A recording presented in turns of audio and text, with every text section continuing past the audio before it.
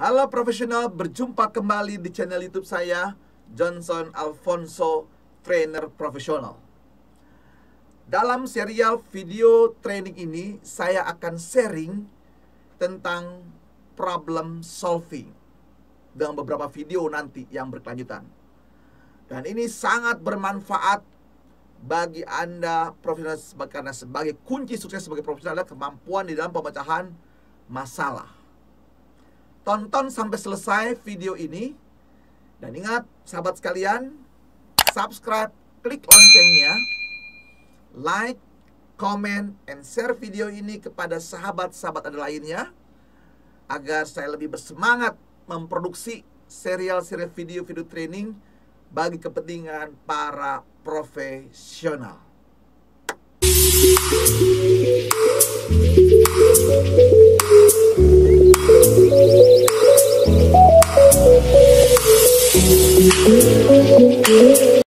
Banyak sekali profesional bingung menghadapi masalah-masalah yang banyak sekali, apalagi dampak dari akibat wabah COVID-19 ini.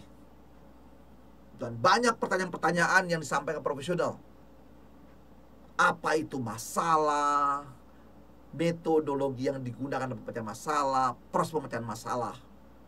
Nah, saya akan sharing kepada sahabat semua dan menjawab pertanyaan tersebut dalam serial training tentang problem solving. Seperti itu ya. Apa itu masalah? Nah, ada dua variabel yang diperlukan bagi profesional untuk menyebutkan itu masalah. Apa definisi masalah? Gitu ya. Nah, ada dua variabel yang harus dibutuhkan untuk penentuan suatu masalah. Pertama adalah variabel itu sebutnya namanya standar, atau target, atau norma, atau acuan, atau tujuan yang menjadi dasar pengukuran ya di dalam suatu konteks persoalan. Nah, itu berarti harus ada standar, target, acuan, norma, dan sebagainya ya. Nah, yang kedua adalah yang disebut namanya actual, kenyataan, fakta. Setelah melalui periode tertentu, misalnya contoh, sales ditentukan untuk mencapai target dalam 1 bulan ke depan harus mencapai 1 juta rupiah. Ya. Lalu faktanya nanti setelah 1 bulan diukur lah hanya mencapai 500 ribu rupiah. Ya, berarti orang tersebut tidak bisa mencapai target. Atau orang itu bisa mencapai 1.500.000 rupiah. Ya, 1 juta targetnya, dia melebihi. Tadi 500.000 berkurang. Atau bahkan sama 1 juta rupiah. Nah, penyimpangan terutama yang plus maupun yang negatif di sini, ya terutama sih negatif ya teman sahabat sekalian, kalau konteksnya ada target positif gitu ya. Nah, itu disebutlah masalah. Jadi apa itu masalah? Masalah adalah perbedaan ya atau perubahan. Dan perubahan antara fakta target dengan aktualnya. Nah, itulah penyimpangan. Nah, ini yang perlu diperjelas sekarang adalah berarti standar ini harus terlebih dahulu dikomunikasikan. Kalau itu melibatkan banyak orang. Banyak orangnya. Minimal dikomunikasikan, diinformasikan. Lalu tahap kedua, kalau bisa diskusi, ya didiskusikan, disepakati. Itu bisa didiskusi. Kalau Anda memiliki kekuatan yang sama, bisa diskusi. Tapi kalau Anda otoritasnya tinggi gitu ya, Anda bisa menentukan langsung target sekian harus tercapai. Nah, itu kalau melibatkan orang atau sekelompok orang. Tapi kalau targetnya ada sifatnya individu, misalnya target seperti motivasi diri Anda begitu ya, yaitu Anda hanya ngomong atau bicara dengan diri sendiri, atau bahasa kerennya disebutnya self talk, atau bicara dengan diri sendiri gitu ya. Nah, itu menjadi titik penting ya. Jadi masalah adalah apa? Perbedaan antara standar dengan aktual, perbedaan antara target dengan aktual, perbedaan antara dengan norma dengan fakta di lapangan. Itu dulu yang perlu dipahami oleh sahabat profesional sekalian. Lalu berikutnya adalah kita bisa melihat bagaimana proses masalah itu bisa terjadi, begitu ya. Bagaimana masalah bisa terjadi. Nah, masalah itu sendiri dari segi prosesnya ada yang terencana atau yang di-plan. Contohnya apa? Penentuan target, pencapaian gitu ya.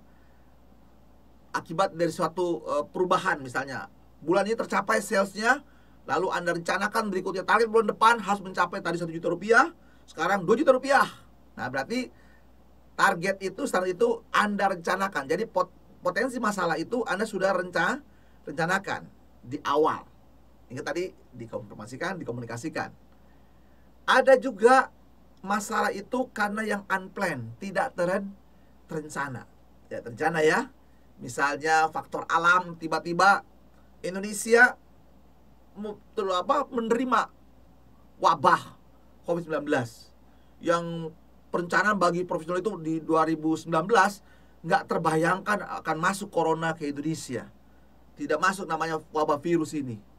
Sampai Januari, Februari, mulai di Maret, mulai pada pusing semua akibat wabah ini. Nah, namanya disebutnya apa?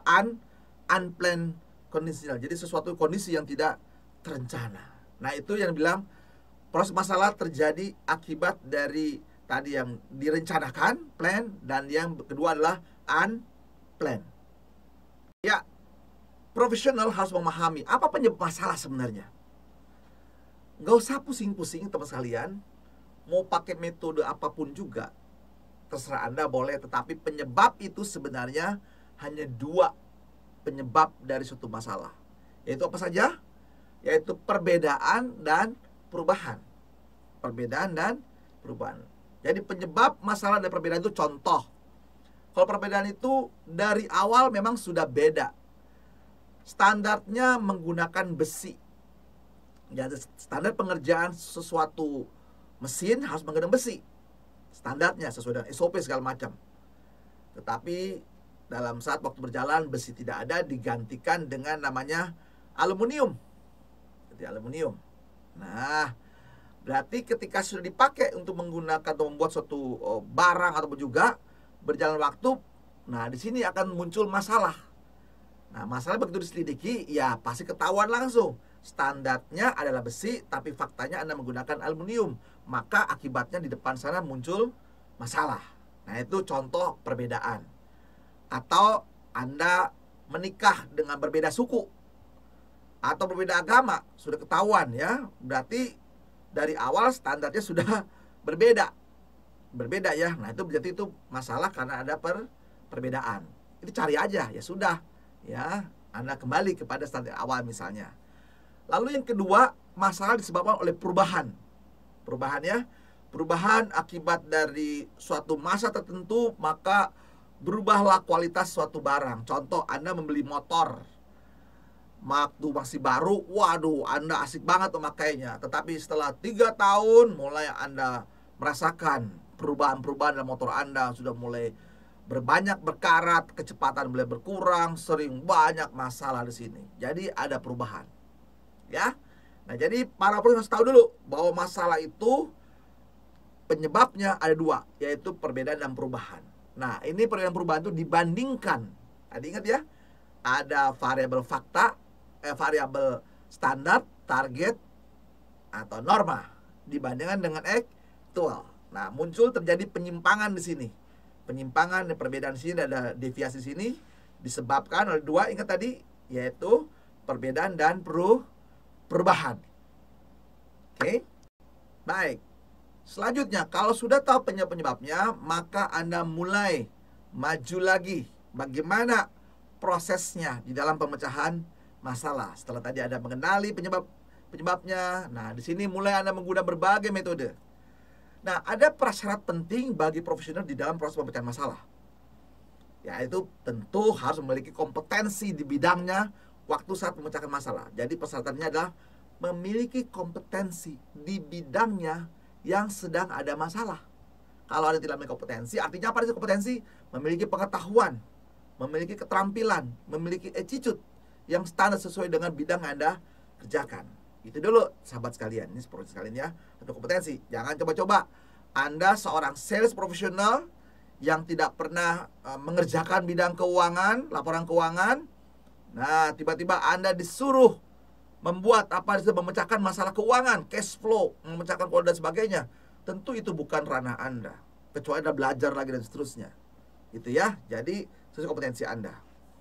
Nah, kalau begitu kita lihat tahap kedua adalah selain memiliki kompetensi adalah punya kemampuan berpikir. Berpikirnya ada dua. Jadi punya the way of thinking. Ya, punya cara berpikir.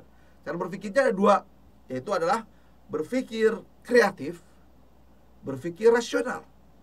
Nah, berpikir kreatif ini adalah untuk mencari solusi-solusi yang sifatnya tanpa batas.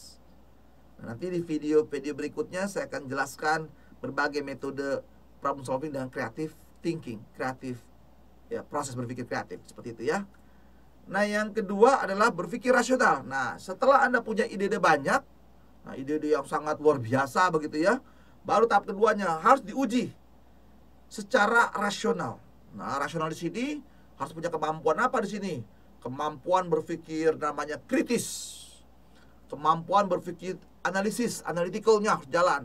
Kemampuan berpikir namanya secara ilmiah, saintifik. Jadi ketika Anda sudah dapat idenya, lalu dipecahkan secara ilmiah, nah proses berpikir secara ilmiahnya. Lalu berpikir strategiknya dalam implementasinya. Nah, itu ada. Jadi jelas ya, kemampuan berpikir harus mutlak, harus ada bagi seorang profesional. Tentu kalau sudah kata berpikir berarti apa? Orang ini tentunya harus punya IQ sesuai dengan bidangnya. Standar, nggak boleh di bawah standar, harus di atas standar. Baru dia punya kemampuan problem solving. Nah, berikutnya adalah punya namanya metodologi, punya metode yang akan digunakan, punya tools dalam pemecahan masalah. Misalnya tools yang dimiliki adalah kemampuan namanya yang sifatnya bertanya dengan 5 why. Mau 5 why gitu. Why? Kenapa? Misalnya, kenapa saya lapar? Gitu ya. Oh ya, belum makan. Mengapa belum makan? Ya, karena tidak punya uang. Kenapa tidak punya uang? Karena tidak bekerja. Mengapa tidak bekerja? Karena dipecat perusahaan. Jadi, apa penyebab dari kelaparan Anda tidak bisa makan? Karena memang tidak ada pekerjaan. Lalu solusinya apa? Yang mencari pekerjaan. Itu menggunakan teknik namanya 5 why. Why sampai paling akhir. Nah, itu metode paling sederhana. Harus punya tools 5 why. Yang kedua, harus punya kemampuan matematika atau statistik. Supaya apa? Tadi kan pemecah masalah harus menggunakan rasional. Berarti harus punya kemampuan statistik. Yaitu bahasa kerennya disebutnya banyakan menggunakan namanya 7 tools atau 7 alat di dalam pemecahan masalah. Misalnya pendekatan menggunakan flowchart ya, tools mengenai histogram, lalu Pareto, diagram sebab akibat, dan lainnya. Nah, itu berarti nanti saya akan bahas khusus tentang tools-tools tersebut. Harus setelah punya alat tersebut, nah berarti Anda harus punya metodologinya, rumahnya. Contoh yang saya tawarkan yang banyak ya, ada pemecahan menggunakan metode FMEA, Failure Mode Effect Analysis. Ada yang menggunakan metode PDCA. Ada yang menggunakan Kaplan-Trego Model. Nah, kalau tadi FMEA, PDCA itu banyakkan dipakai di kalangan manufacturing dalam proses pemecahan masalah. Tapi kalau Kaplan-Trego Model itu banyak dipakai dunia umum, sosial dipakai juga. Nah, saya akan coba nanti membahas setiap tools-tools tersebut dalam proses pemecahan masalah tersebut. Nah, saya mulai berangkat dari menggunakan pemecahan masalah metode Kaplan-Trego Model. Nah, saya akan bahas detail nanti di video berikutnya. Terus tadi saya jelaskan lebih awal dulu. Dalam pemecahan masalah menggunakan Kaplan-Trego Model, itu ada 4 langkah yang harus dilakukan setiap profesional. Yaitu pertama, punya kemampuan analisis situasinya. Apa itu situasi? Jadi memahami situasi. Karena Anda seorang profesional, pasti masalah itu banyak banget yang dihadapi di tempat kerja. Anda kelompokkan terlebih dahulu, dikelompok-kelompokkan, kelompok masalah cash flow kah, masalah manusianya lah kah, masalah metodologinya kah, masalahnya sistemnya kah, dan sebagainya. Dipilah-pilah dulu. Lalu Anda membuat namanya langkah prioritas. Jadi situasinya dilihat, Anda pilih, lalu Anda membuat suatu prioritas. Nah, situasi ya. Jadi memahami situasi dulu, lalu Anda memilih mana yang Anda akan pecahkan masalah berikutnya atau lanjutkan proses berikutnya. Seperti itu ya. Nah, yang kedua adalah analisis persoalan. Nah, persoalannya di sini adalah Anda memilih masalah tersebut lalu analisis, yaitu persoalannya apa? Ingat tadi persoalan itu penyebabnya ada 2 ya, yaitu perbedaan dan perubahan. Jadi Anda mencari perbedaan perubahan atas masalah tersebut. Anda analisis dengan apa? Standar dengan aktual, faktanya. Ya, standar dengan faktanya. Seperti itu. Jadi perbandingkan supaya ketemu apa? Ketemu penyebabnya. Penyebab ada dua, perbedaan dan perubahan. Nah, itu udah analisis persoalan. Ketika Anda sudah mencoba menemukan faktor-faktor penyebabnya dari perbedaan atau perubahan, wajib diverifikasi, wajib diuji. Jangan cepat-cepat mengambil keputusan. Makanya para polisi ketika ada masalah, ada istilahnya olah TKP. Betul nggak pengakuan penyebabnya seperti itu? Nah, melalui olah TKP ketahuanlah dari simulasi tersebut ceritanya itu benar atau tidak. Jadi melalui verifikasi, melalui uji lab, uji balistik, uji segala macam, pembuktian apakah betul nggak penyebabnya itu tersebut.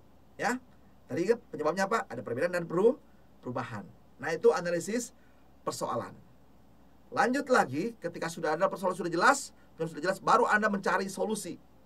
Nah, solusi ini langkah Anda adalah, nah ini lihat ya, Anda mencari solusi kreatif dulu. Makanya tadi kan ada kemampuan berpikir cari ide-ide menggunakan kreativitas seperti Anda, sehingga Anda punya berbagai alternatif solusi. Nah, disinilah Anda mulai memilih mana yang terbaik, solusi terbaik. Setelah melalui uji ilmiah, lalu Anda muncullah 3 alternatif atau 2 alternatif tersebut, misalnya begitu ya. Nah, diuji, lalu Anda tahap berikutnya Anda mengambil keputusan. Ingat, keputusan itu ada syaratnya. Yaitu syaratnya apa? Ada 2 syarat, syarat mutlak dan syarat keinginan. Kalau mutlak itu berarti hal mutlak yang tidak boleh digugat. Contoh, Anda masalah karena kontrak Anda mau habis 3 bulan ke depan, maka dalam 3 bulan ke depan Anda harus dapat rumah baru. Lewat dari itu nggak bisa. Jadi seperti itu ya. Kedua, syarat mutlaknya adalah dari waktu ya. Kedua adalah menyangkut uangnya. Sudah terbatas sumber daya Anda, uangnya. Misalnya uang Anda memiliki hanya 100 juta rupiah. Lalu Anda punya keinginan membeli rumah. Berarti rumahnya mutlak harus harganya di bawah 100 juta. Kalau memang Anda tidak mau pinjam ke bank lagi. Jadi Anda mau beli dengan uang Anda sendiri, harus di bawah 100 juta. Berarti tidak bisa lagi membeli di 100 juta. Nah, itu ya. Itu contoh syarat mutlak. Syarat keinginan contohnya adalah, saya ingin rumah yang saya beli nanti dekat sekolah, supaya Anda gampang sekolah. Atau dekat pasar, biar istri atau ibu di rumah bisa belanja cepat. Nah, itu syarat keinginan. Ada taman, ada jalan, ada akses, jauh dari kuburan dan sebagainya. Itu contoh-contoh syarat keinginan. Jadi, soal penentuan mutlak dan keinginan, memang mutlak itu tidak boleh banyak-banyak. Nanti waktu Anda memilih, menentukan, itu sangat sulit sekali.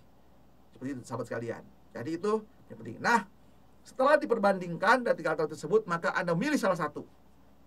Lalu Anda putuskan. Sebelum Anda putuskan, ingat, keputusan itu sifatnya relatif. Makanya, keputusan itu sebenarnya suatu konsep sederhana. Pilihan solusi atas masalah yang paling tepat sesuai dengan dimensi waktu, ruang, dan semuanya yang Anda miliki saat itu.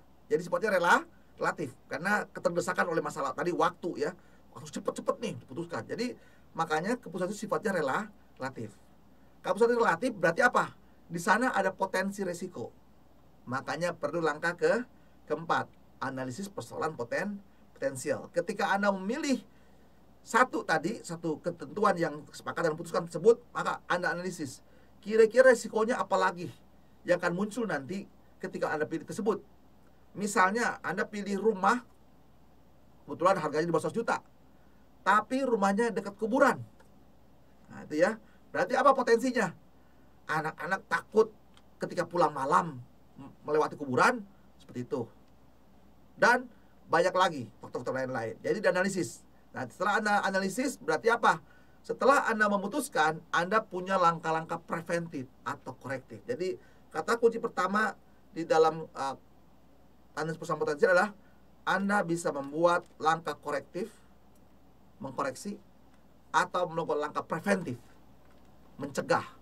Atau Anda menggunakan sistemnya, karena sudah tidak bisa diganti lagi, tidak bisa cegah, maka Anda menggunakan alert system, informasi singkat. Contohnya kalau di pabrik itu, di dalam gudang itu ada forklift menggunakan lampu hazard, supaya ketika forklift lewat orang tahu ada forklift, karena forklift itu nggak bisa dicegah, nggak bisa empuk dia kalau bisa melukai orang lain.